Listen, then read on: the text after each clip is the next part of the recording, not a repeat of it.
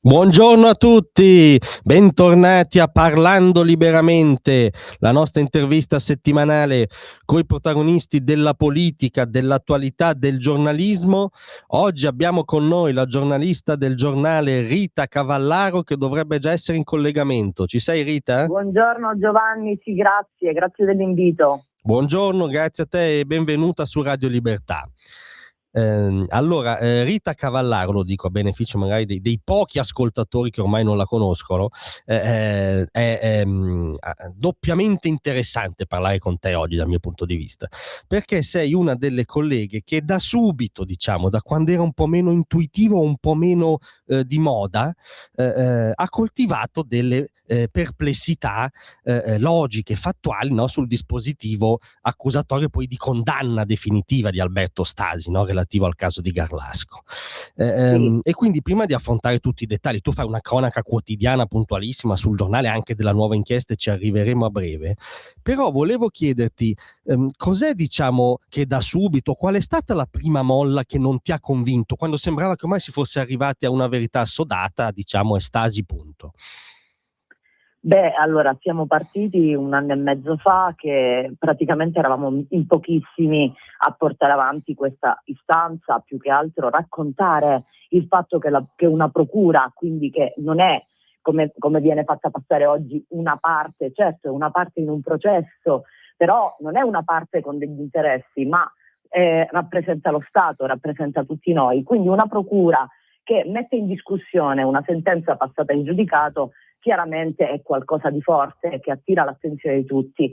Quello che mi ha fatto capire che qualcosa di strano ci fosse in quella condanna di Alberto Stasi è aver letto le carte e non solo la sentenza, perché quando si legge soltanto il dispositivo della Cassazione, che poi nel 2015 ha messo fine al caso Garlasco dopo una doppia conforme, il rinvio all'appello bis, l'accusa che era il procuratore Oscar Cedrangolo, che ai giudici della Cassazione a dicembre 2015 aveva detto: io non sono in grado di dire se Alberto Stasi sia colpevole o innocente e non lo siete neppure voi. Ecco, dopo quella condanna in queste condizioni si è arrivato a infliggere ad Alberto Stasi 16 anni di galera. Però certo, leggendo soltanto la sentenza della Cassazione sembra che tutto fili in quel ragionamento in cui i giudici dicono siamo andati oltre ogni ragionevole dubbio, perché gli indizi messi insieme nel castello accusatorio contro Stasi sono gravi, precisi e concordanti. Il problema è che quando poi si vanno a leggere le carte che sono alla base di quella sentenza, cioè tutto quello che è stato ricostruito nel corso degli anni dal 2007 al 2015, e poi si va a vedere che le tracce sul dispenser, che 2 anulari di Stasi, esempio, faccio uno per far capire un po' a tutti gli ascoltatori, no? I 2 anulari sul dispenser che nella sentenza vengono fatti passare come le uniche tracce dattiloscopiche su quel dispenser, tra l'altro utilizzato quindi in una posizione insolita, perché a quel punto sarebbe la dimostrazione dell'utilizzo da parte dell'assassino di quel dispenser in maniera molto strana, con una posizione strana, proprio perché aveva lavato accuratamente il lavabo, e poi tu scopri che non erano solo quelle 2 impronte di anulare, ma solo in quel pezzettino che era stato preso in considerazione ce n'erano altre 9, più colature di sapone, più DNA di Rita Preda, la mamma di Chiara Poggi e Chiara stessa, e a quel punto dici come solo 2 anulari, e allora ce ne sono altre. Oggi si scopre addirittura che grazie alle analisi che sono state fatte, gli accertamenti di questa nuova indagine, è stata trovata addirittura l'impronta del mignolo di Alberto Stasi, che è in perfetta corrispondenza con l'anulare, quindi con una normale presa. Questo è per far capire, ecco, quello è soltanto uno dei 7 indizi alla base della condanna. Il giudice Vitelli, che è colui che nel primo grado lo aveva assolto, ha più volte sottolineato come inserire un indizio nell'impianto accusatorio deve essere considerato soltanto nel momento in cui quel singolo indizio porta, diciamo, non ha in sé un ragionevole dubbio, cioè se dà una spiegazione univoca, cioè se quell'indizio è singolarmente contro di te. Allora, se il dispenser è l'assassino che si lava le mani, allora tu lo inserisci in un quadro. Se quel dispenser può voler dire che la traccia che è stata lasciata la traccia del fidanzato che la sera prima si è lavata le mani, allora nel momento in cui ha una doppia spiegazione, già di per sé porta un ragionevole dubbio il singolo indizio, quindi non andava inserito. Invece sono stati inseriti così gli indizi che poi hanno portato i 7, no? Che hanno portato alla condanna di Stasi, perché insieme allora davano la prova della colpevolezza. Tutto sbagliato, ecco, quindi che quella sentenza non valga nulla, io l'ho detto più volte, prendendomi la responsabilità, anche perché le sentenze, come si dice sempre, no? Si possono criticare ma si rispettano, ma chi le deve rispettare? Le rispetta colui al quale è stata inflitta la pena. Infatti quella sentenza è stata rispettata perché Alberto Stasi sta scontando gli anni, ma noi singoli cittadini non dobbiamo rispettare nessuna sentenza. No, anche perché se si pone un tema, è ormai palese, di ragionevole dubbio, è un'emergenza che interpella la coscienza di ciascuno, non il fatto che questo ex ragazzo, oggi uomo, anche stasera si addormenti in carcere. È come dire, una ferita, no, che riguarda la convivenza di tutti noi, ecco. Certo, ma è anche una sconfitta per tutti noi nel momento in cui viene fuori un quadro che veramente, cioè, mostra tutte le fragilità di quella condanna. Ecco, cioè, di fronte a questo, io oggi vedo anche nei salotti televisivi, insomma, una corsa a cercare di difendere il nuovo indagato che resta, come sappiamo, no? Innocente fino al terzo grado di giudizio, il suo diritto costituzionale alla presunzione di innocenza non glielo leva nessuno, però io vedo gente più indignata perché questa indagine si è permessa di puntare i fari su Andrea Sempio, e sono indignati perché in carcere c'è un disgraziato che probabilmente è innocente. Cioè io vedo proprio il mondo al contrario. Questo tema del doppio pesismo che introduce è molto interessante, fatto salvo che, come dire, ovviamente per un talebano del garantismo come il sottoscritto, ovviamente Andrea Sempio è non solo innocente fino a prova contraria, al momento ancora tecnicamente nemmeno rinviato a giudizio. Però volevo chiedere una cosa che mi ha colpito, per esempio, anche dico una cosa che in genere non dico, che non mi piace la retorica delle quote, però te lo chiedo anche da donna, cioè sono emerse delle frasi, delle posizioni, no, di Andrea Sempio, per esempio sullo stupro, dico subito, posizioni che non ne fanno un assassino, che però in un clima culturale dominato dalla fobia del patriarcato, ogni alzata di sopracciglio di un maschio, avrebbero dovuto generare, come dire, più reazione, no? Cioè si è fatta letteratura sulle foto pornografiche di Stasi, qui il fatto che uno, cioè, sembri sdoganare lo stupro, no, nei suoi interventi sui forum passa in cavalleria. Come mai questo doppio pesismo, a tuo giudizio? Perché si sta muovendo un sistema, lo dico in maniera tranquilla, senza problemi, perché tanto io sono abituata a dire le cose come stanno, certo. Si sta muovendo un sistema che non vuole ammettere di aver sbagliato su Alberto Stasi. Quindi l'unico modo per evitare che venga fuori una problematica che si è instillata in quel processo ad Alberto Stasi prima e con Andrea Sempio già nella prima indagine del 2016, ecco, allora quel sistema sta cercando di difendere l'indifendibile. Io ho sentito delle frasi che, ma non solo da donna, anche uomini mi hanno scritto allibiti di come lo stupro in questo momento viene normalizzato, addirittura facendolo passare come un qualcosa di biologico, perché nel mondo animale, io nel mondo animale non conosco animali che sono soliti stuprare, anzi il mondo animale è fatto di corteggiamento, è fatto di sicuramente maschio alfa, certo, quello che vogliamo, ma questo è un altro discorso. Invece io sto sentendo normalizzare lo stupro proprio dalle prefiche del patriarcato e da quelle che si sbracciano ogni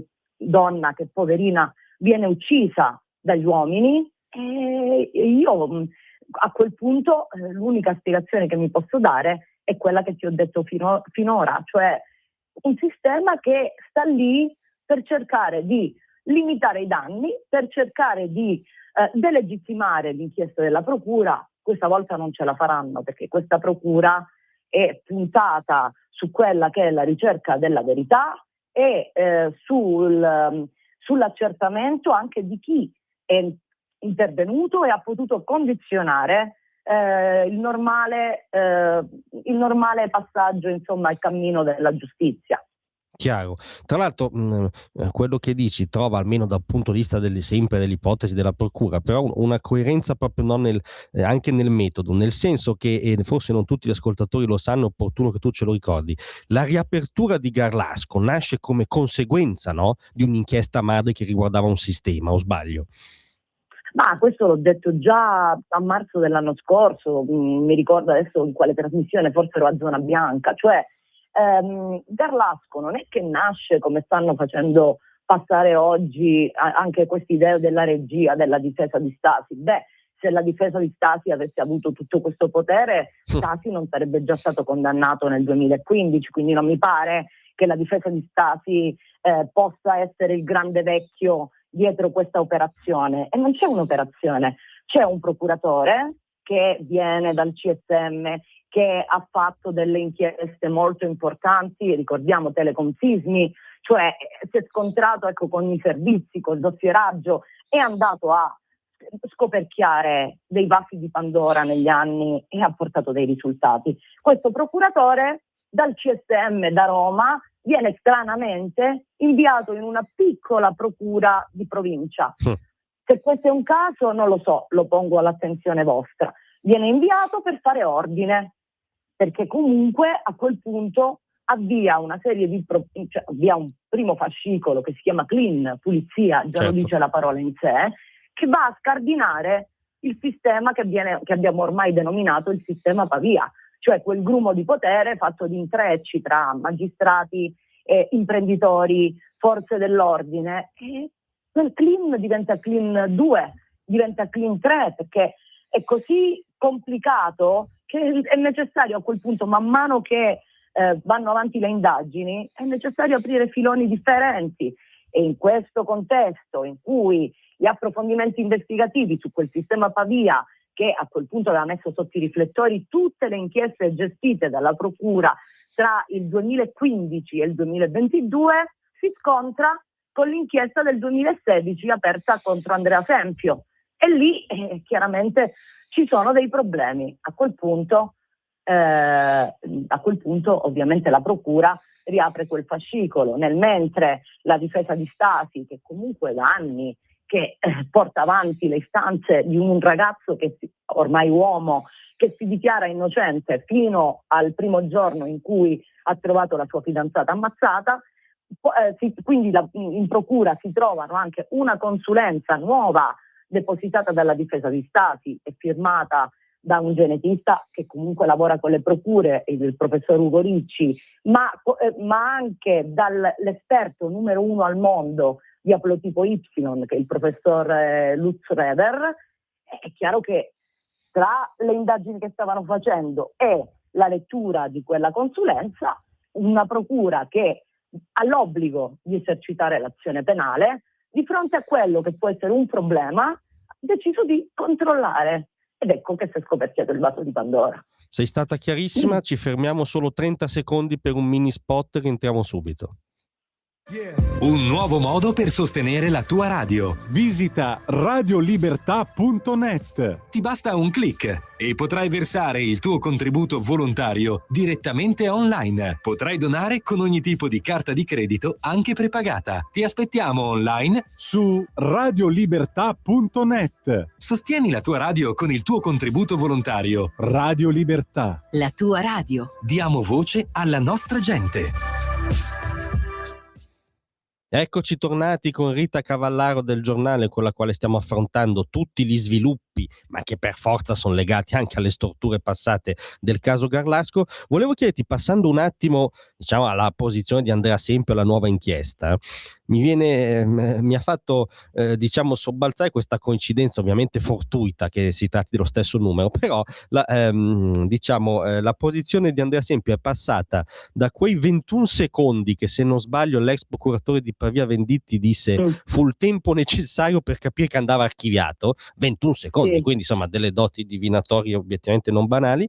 A oggi invece tu hai scritto recentemente sul giornale che la nuova inchiesta è supportata da 21 indizi diciamo consistenti rispetto a Sempio. Ecco, cos'è successo nel frattempo tra il primo 21 e il secondo 21?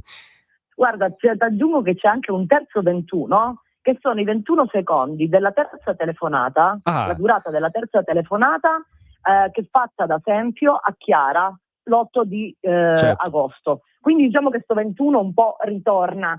E cos'è passato? È passato il fatto che comunque di fronte a quello che, ripeto come ho detto prima, era un'obbligatorietà di esercitare l'azione penale, nel 2016 quell'esposto fatto dalla difesa di Stasi viene considerato come un atto dovuto, che viene neutralizzato nell'arco di nemmeno 2 mesi con una testimonianza del professor Francesco De Stefano, che era il perito che nell'appello bis aveva fatto l'estrazione del DNA dalle unghie di Chiara e che aveva trovato poi quei DNA oggi oggetto del procedimento. Ecco, quel DNA la procura ha deciso neanche di saggiarlo, perché tanto ha chiamato il professor De Stefano che rivedendo e aggiornando quello che aveva detto, che aveva scritto in perizia e che aveva addirittura detto durante un'udienza rispondendo all'avvocato della parte civile, quando assicurava che quel DNA seppur degradato, come diceva lui, comunque era da contatto diretto con l'assassino, chiamato subito come prima istanza, la prima cosa che fa Venditti, chiama De Stefano, e De Stefano, sottolineando che è degradato, aggiunge e cambia quella che era stata la sua visione nel 2014 dicendo no, ma contatto diretto con oggetti, e a quel punto non è più diretto, che diventa mediato. Quindi è bastata quella testimonianza in cui spiega anche come si è potuto depositare quel DNA sulle unghie, quindi dà anche l'idea, perché poi stranamente è la versione di Andrea Sempio diventa a quel punto, che il DNA è stato potuto, che quel DNA l'ha potuto recuperare Chiara utilizzando il computer che aveva utilizzato precedentemente Sempio insieme all'amico Marco Poggi. Ecco, quel DNA si è potuto depositare così. La stranezza è che c'è solo il DNA di Sempio, nessun altro DNA di abitanti della casa, né di Stasi, vorrei del fratello, e non c'è quello di Stasi che fino alla sera prima era con lei. Certo. La povera Chiara in questi mesi è stata fatta passare come una ragazza che probabilmente non si è fatta neanche una doccia, perché dato che Sempio in quella casa non entrava almeno dal 4 di agosto, e noi non sappiamo qual è la data perché non lo sa dire neanche lui quando è l'ultima volta che è andato a Via Pascoli. Però valutando che Marco parte il 5, quindi l'ultima volta che Sempio può essere entrato in quella casa è stato il 4, il computer di Chiara Poggi viene acceso per l'ultima volta il 10 di agosto, fino al 13 insomma la ragazza non si sarebbe mai fatta una doccia, anche se poi chiaramente hanno anche aggiornato la difesa di Sempio quella versione, cercando quale altro oggetto potesse aver toccato Chiara che già in precedenza aveva toccato Sempio. Ne hanno individuati una trentina, ma oggi anche quel tentativo di spiegare il DNA e farlo passare da contaminazione diventa difficile nel momento in cui abbiamo le risultanze della consulenza della professoressa Cattaneo, che cambia totalmente la ricostruzione di quegli ultimi e terribili momenti della morte di Chiara, perché siamo passati dal Chiara non si è difesa, e quella chiaramente era necessaria, era una versione necessaria nel momento in cui Stasi aveva solo 23 minuti per ucciderla, quindi lei apre la porta e Stasi la uccide subito, quindi Chiara non ha il tempo di difendersi. Ecco, siamo passati da Chiara non si è difesa ha lottato strenuamente contro il suo assassino. E ricordo che la ricerca di questo DNA, se vogliamo, l'averlo individuato, bisogna ringraziare la famiglia Poggi, perché è stata la famiglia Poggi che fin dal 2010, con l'avvocato di parte civile Gianluigi Tizzoni, ha insistito con la Corte per fare l'analisi del DNA in quello che era, ricordo, un processo con rito abbreviato, quindi in realtà non doveva avere ulteriori approfondimenti investigativi, ma andare avanti con la situazione cristallizzata come era nelle indagini. Ha insistito, è stato rigettato per varie volte, diciamo, quella che era l'istanza della parte civile, fino a che nel 2014 la Cassazione accoglie quell'istanza convinta della versione della parte civile che diceva bisogna cercare nelle unghie perché Chiara ha lottato col suo assassino e là ci può essere il DNA. Troviamo il DNA, oggi quel DNA non è più dell'assassino, perché è di esempio. Sì, diciamo che è una vicenda dove la logica spesso si è eclissata. Volevo anche chiederti, in base alla tua esperienza anche di cronista, no? Quale di questi 21 indizi che tu hai riepilogato sul giornale è più pesante e più difficile, come dire, da controbattere per la difesa di... Qual è il vulnus proprio secondo te dal punto di vista del team difensivo di Sempio, l'indizio più pesante che ti ha colpito di più? Allora, il primo è l'impronta 33, che se ne dica, come in questi mesi sono andati avanti a sottolineare, le prove scientifiche hanno sempre valso in ogni processo. Noi abbiamo sempre ragionato fino a marzo 2025, perché pongo proprio la data, abbiamo sempre ragionato di come il DNA sulla vittima fosse la prova regina. Dal marzo 2025 noi abbiamo totalmente svuotato di significato il DNA su una vittima. Ok, togliamolo, mettiamolo da parte, anche se in realtà resta, perché certo, sta in un impianto accusatorio che sebbene quel DNA sia soltanto un Y, come dicono, ma quello non è DNA, no, certo, sono cavoli a merenda, è la parte del DNA maschile perché è una scelta, non è che è stato... estratto soltanto quel pezzetto perché non c'era altro. Quando dicono no, ma non è completo, attenzione, è stato volutamente estratto solo l'Y perché sotto le unghie di Chiara c'era anche il suo DNA, quindi proprio per andare a esaltare e non neutralizzare quindi un'analisi che avrebbe potuto portare a un qualcosa di misto e quindi non leggibile, gli analisti hanno estratto solo la parte maschile, che era quella che Chiara non poteva avere. Ed è per questo che noi abbiamo solo l'Y e non abbiamo un DNA completo. E questa è la base. E quel DNA, stranamente però, ecco, sta su 2 unghie di 2 dita diverse delle 2 mani. Uno ha 12 loci, l'altro ne ha 10, che sono i loci individuati, e di questi marcatori, stranamente, 12 su 12 sono di Sempio e 10 su 10 sono di Sempio. Sentir dire che è inaffidabile, certo, per me è come un 6 al Superenalotto, perché tutti quanti, cavolo, coincidono con i suoi, però questo prova regina niente, non è più regina e la mettiamo da parte. C'è però l'impronta 33. L'impronta 33, quando è stata esaltata già ad settembre con i RIS nella villetta, quell'impronta 33 fin da subito è stata considerata l'impronta dell'assassino. Quindi quell'impronta che stava sul corpo della vittima adagiato sulle scale ha avuto dall'inizio un peso. Ecco, la 33 non è di Stasi, ma per 15 minuti è di Sempio. E adesso, e lo dicono 8 super esperti del RIS che hanno analizzato la 33. Inoltre sono stati richiamati gli analisti che erano gli uomini di Garofano, che all'epoca entrarono nella villetta e videro quell'impronta e la ricordano come un'impronta recente che faceva senso, che sembrava avere anche degli schizzi e quindi per questo non aveva tutte le creste perché sembrava bagnata. E quindi quelle testimonianze avranno un peso. Per cui la 33 sicuramente sarà un problema per la difesa di Sempio e a questo si aggiunge quel soliloquio che ne dicano, e quel soliloquio è l'elemento che lega tutti insieme i 21 indizi che sono stati raccolti e alla base di tutto li sostiene perché in quel soliloquio Lui parla per la prima volta di video intimi in una chiavetta, in un momento in cui il 14 aprile 2025 nessuno sapeva che i video intimi fossero transitati in una pennetta.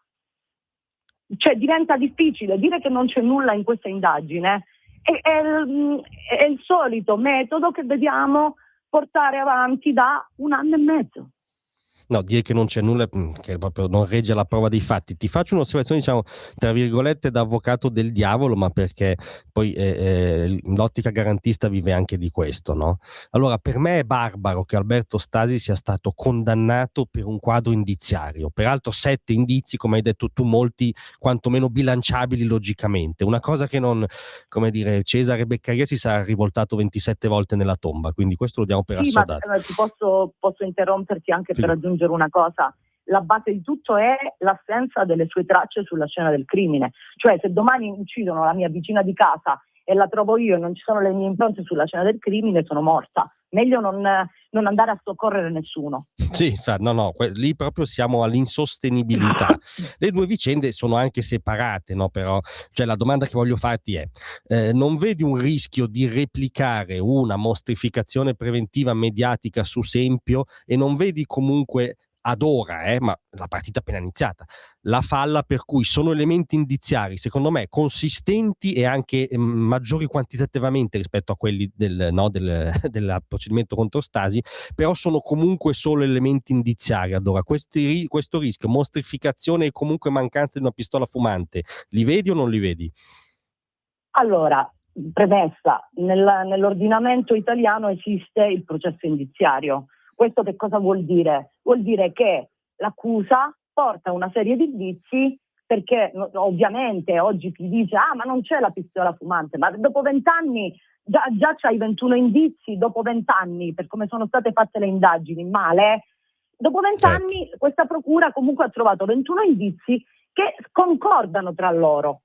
E quindi già questo. Poi ovviamente, essendo un processo indiziario, tutto quell'impianto accusatorio dovrà reggere la prova del processo. Quello si vedrà, quello è il destino di Sempio, che starà nelle mani dei giudici.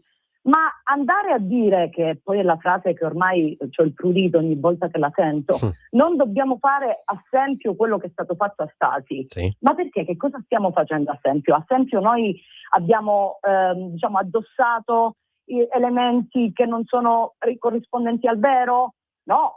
Cioè, Sempio, praticamente quello che in questo momento gli viene contestato sono tutte cose documentate che ha detto lui, sono elementi scientifici. Cioè, ricordiamo che cosa è stato fatto a Stasi. A Stasi, nel momento in cui è stato ascoltato e poi quel giorno arrestato sulla base di una prova scientifica che non era corrispondente al vero, cioè il sangue sui pedali mai esistito. Questo è gravissimo. Quando è uscito dalla caserma ed è stato portato via, Stasi si è trovato con la folla alla gogna, assassino, bastardo, queste erano le parole. Nessuno è andato a casa di Sempio o dovunque Sempio si è trovato a gridargli assassino, bastardo, anzi noi tutti, con la responsabilità massima che abbiamo, stiamo ogni volta sottolineando la presunzione di innocenza di Sempio. Quindi già questo è l'elemento che non stiamo facendo a Sempio, quello che è stato fatto a Stasi. La questione della mostrificazione nasce anche da questo problema di quello che è stato scritto sul forum. Ma se Sempio queste cose le ha scritte, noi possiamo far finta che non esiste nella mente di Sempio la normalizzazione dello stupro? Certo. No, cioè quella va condannata, ma questo non vuol dire che lui è l'assassino. Cioè mi pare che i piani vadano separati e che nessuno stia facendo a Sempio quello che è stato fatto a Stasi. Se Sempio nei suoi soliloqui, in quei flussi di coscienza, racconta delle cose che noi sentiamo oggi per la prima volta, perché noi non avevamo idea di che cosa si fossero detti in quelle telefonate Chiara e Sempio. Ce l'ha sempre raccontate Sempio con la sua versione, dicendo ho chiamato, ho chiesto se Marco, quando torna Marco, Chiara mi ha risposto e io ho chiuso. Già non ci siamo in quella versione che ha raccontato, perché sono pochi secondi Certo. di quel dialogo, quindi mancavano delle parti. Oggi quelle parti ce le racconta Sempio con un soliloquio in cui addirittura imita la voce femminile, e quel soliloquio per me, devo dire la verità, è impressionante. Con te non ci voglio parlare. Cioè lui proprio imita in modo forzato la voce femminile, sostanzialmente. La voce di Chiara, con te non ci voglio parlare, e poi sottolinea, è stata bella stronza, e poi va, che quello poi voglio dire, non è la parte incriminante. La parte incriminante è dove dice i video intimi e io ce l'ho nella tenda. Nessuno sapeva della chiavetta in cui era transitato il video intimi. Era il 14 aprile 2025 dell'esistenza dei video intimi tra Chiara e Alberto su una pennetta si scopre 3 settimane fa. Questo è un dato. Adesso noi tutte queste cose come le vogliamo spiegare? Io auguro a Sempio di poterle spiegare, però sicuramente tutto l'impianto è costruito in una maniera tale che stavolta sì che i gravi indizi sono concordanti, non come quelli di Stasi che non si tenevano insieme neanche con la colla. Chiarissimo. Prima hai detto una cosa importante, hai detto le indagini furono fatte male. Visto che la tua attività giornalistica sul caso Garlasco ha, devo dire anche meritoriamente, scovato gli errori in serie, no? Che hai anche costantemente aggiornato. Io credo che sei arrivata in prossimità del centinaio addirittura, se non sbaglio. Sì, con il direttore Brindani su Gente abbiamo fatto questo lavoro man mano aggiornandoli, eravamo partiti da 47 iniziali. Che è già un'enormità, oltre 100. Oltre i 100, perfetto. Allora, io due solo cose in chiusura su questo tema volevo chiederti. Una, mi domando, proprio da un punto di vista logico, ma il fatto che ci siano oltre 100 errori nell'indagine su Stasi non è già di per sé un macigno sul tema del ragionevole dubbio? Uno. Due, volevo chiederti quale o quali di questi errori ti ha colpito di più e pensi abbia proprio viziato tutto il percorso successivo? Sicuramente il fatto di aver girato il corpo di Chiara e aver cancellato quelle impronte insanguinate sul pigiama, che è ovvio, sono d'accordo con tutti gli esperti che dicono e mettono in dubbio che si potessero poi estrarre o individuare da quei polpastrelli insanguinati le impronte digitali, perché sulla trama di un tessuto come fai a individuare le minuzie? Certo. Però sicuramente si poteva estrarre il DNA, cosa che invece non è stato possibile perché il corpo di Chiara è stato girato e a quel punto quelle impronte si sono cancellate. Quello è uno, ma poi ce ne sono veramente tanti. Noi abbiamo scoperto solo recentemente, no? Chi ha studiato le carte prima che iniziasse questa indagine già lo sapeva, dell'esistenza dei 4 capelli lunghi nel lavabo, nonostante la sentenza dica che la sentenza di condanna dica che Stasi ha lavato accuratamente il lavandino e quindi però i 4 capelli lunghi nel lavandino mai repertati. Voglio dire, tante cose, e oggi noi scopriamo che l'assassino non si è lavato neanche nel lavandino del bagno, che probabilmente si è lavato in cucina, dove ci sono delle strane tracce rosse mai analizzate. Il lavandino della cucina non l'hanno calcolato, c'erano 2 cucchiaini che, voglio dire, Chiara ha fatto colazione da sola, quindi 2 cucchiaini non lavati e tutti i piatti della sera prima e le stoviglie erano state lavate. Magari diciamo che tante cose non si sono volute vedere. Non si sono volute vedere, in realtà sono state lasciate così, non è una questione di dolo, è una questione che nell'ambito delle indagini fatte all'epoca probabilmente sono state ritenute non rilevanti, non voluto vedere inteso hanno considerato non rilevante, però oggi alla luce di tutto quello che è emerso erano rilevanti. Certo. Tra l'altro devo dire che la stessa sentenza di condanna definitiva a Stasi riporta, virgolettato, proprio che le indagini furono senz'altro anche caratterizzate da errori e superficialità. Ma non è già, sufficiente questo a inserire un ragionevole dubbio da un punto di vista di mera logica formale? Ma il ragionevole dubbio, secondo me non c'era bisogno di arrivare neanche all'appello bis per il ragionevole dubbio, bastava già la soluzione in primo grado, hanno voluto insistere la soluzione in secondo grado, ma dopo una doppia conforme, ma quanti ragionevoli dubbi vogliamo trovare? No, Diciamo che la sentenza di Stasi è stata cucita addosso a questo ragazzo perché la convinzione che fosse lui era così forte che quegli indizi sono stati messi lì per forza. Certo, però come dire, siamo un po' fuori dallo stato di diritto se è andato così, via.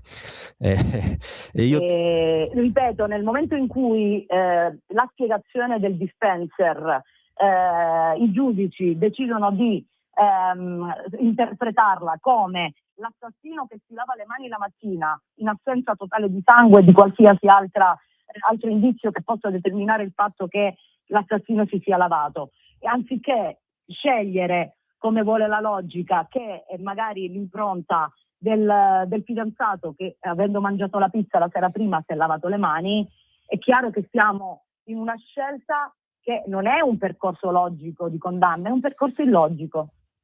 Non c'è dubbio, ed è anche per questo che è un tema che va oltre la cronaca giudiziaria, scomoda proprio i fondamenti, no, del nostro modello di società liberale, di diritto garantista, ed è il motivo per cui qui su Radio Libertà continueremo a seguire il caso e quindi ti riscomoderemo sicuramente, insomma. Certo, io l'augurio comunque che lo faccio a Sempio, perché noi siamo di fronte, ecco, a un ragazzo che comunque oggi uomo si è trovato più volte, diciamo, sotto i riflettori investigativi. Il problema qual è? Che se all'epoca, nel 2007, fossero stati fatti tutti gli accertamenti come avrebbero dovuto, quindi forse la posizione di Sempio poteva essere già chiarita, o in un modo o nell'altro, e attenzione, ma certo. Il fatto di aver scelto di indagare esclusivamente su Alberto Stasi, perché che se ne dica, no, Stasi non è stato fin dall'inizio attenzionato, trovatemi chi altro dal primo giorno è stato sentito per ore e ore, tra cui la notte in cui Chiara è stata, cioè il giorno in cui Chiara è stata trovata, la notte, lui viene sentito dalle 23 alle 7 del mattino, cioè chi altro è stato interrogato? Trovatemelo, non c'è nessun altro che è stato interrogato così. E poi tutti gli interrogatori successivi. Certo. Cioè, devo dire che questa cosa che hai detto su Sempio ti fa onore. Il 99% dei nostri colleghi non la disse su Alberto Stasi, anzi esprimeva auspici in senso opposto, diciamo. Ma ancora oggi, e quello penso la problematica più seria che forse bisognerebbe affrontare, di come molti colleghi ancora oggi, leggendo queste carte, addirittura ho sentito dire da qualcuno, mi aumentano ancora di più i dubbi su Stasi. Va bene, ok, allora lasciamolo lì. Diciamo che vabbè, io qui mi appello al maestro Vittorio Feltri, che fu uno dei pochissimi. Esatto, fu uno dei pochissimi che in diretta tenne una posizione lucida. Rita, io ti ringrazio molto di essere stata con noi, ti riprenoto per gli sviluppi che sicuramente ci riserverà questa inchiesta. Va bene Giovanni, con piacere, ti ringrazio e saluto tutti gli ascoltatori. Buon lavoro Rita, ciao. Grazie anche a voi, ciao.